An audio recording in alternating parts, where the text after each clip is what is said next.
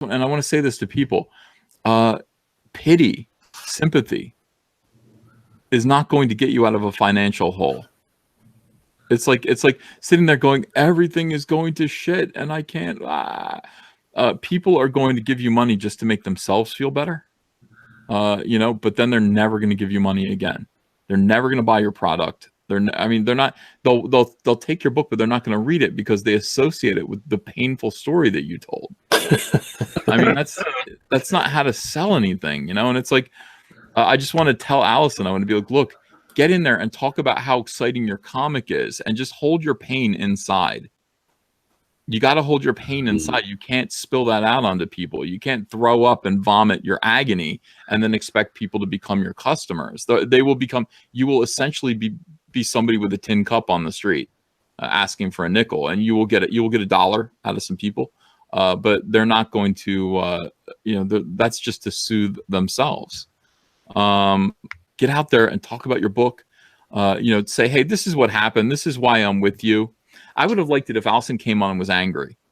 This is what happened to me. This is what these bitches did to me. I'm sick of it. So I did a comic book. I'm joining Comicsgate. I'm going to fight these people with you. Let me tell you about my comic book. That would have been badass. But people don't respond to victimhood. People don't respond to victimhood at all. They don't want to support. I mean, they want to help you, but I mean, again, they want to help you to make themselves feel better. So get out there, excite people about what you're doing, sell your property, sell your ideas, sell your creativity, and be a salesperson. Don't be a beggar. Don't be somebody looking for sympathy. I mean, that's the thing. That is, I think, her biggest thing. And she went on and on and on, and I still don't know what happened. Did you guys follow her story? Did you know what she was talking about?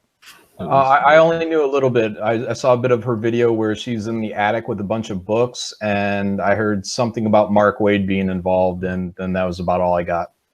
Yeah, I was interested in the Mark Waid part, and I'm still unclear about that. I'm still unclear about Mark Waid and what he did. She didn't answer all the questions directly either. I felt like she didn't have all her information squared away. So when you did ask her about Mark Waid, it took forever to get there. I was like, okay, yeah. I kept wanting to say, so you don't know Mark Waid? Is that what you're trying to say? Yeah. But she threw his name in there a couple of times, I guess. Dom Casey says, you're really sticking a fork in her back, EVS. Well, she had a nice book on it. I said, maybe you should do a comic book about forks. And she's like, well, what? She didn't get it. Like the whole time we're talking to her, we're looking at a book that just says fork on her.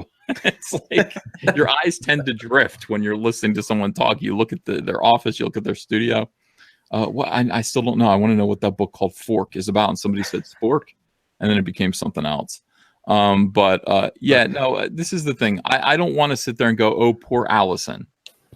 I don't want to do that. I don't want to do that in our community. Everybody has a sad story. But I'm more angry about it than I'm sad. Like what happened to the Brightwazers doesn't make me sad. It makes me angry. And it makes me want to fight harder. It makes me want to do more. It makes me want to, create. It makes me want to promote. It makes me want to beat these people the only way they can be beaten. You can't beat them with rhetoric. That's their domain. They got Twitter. Right. You have to beat them by living better. Right, Doug?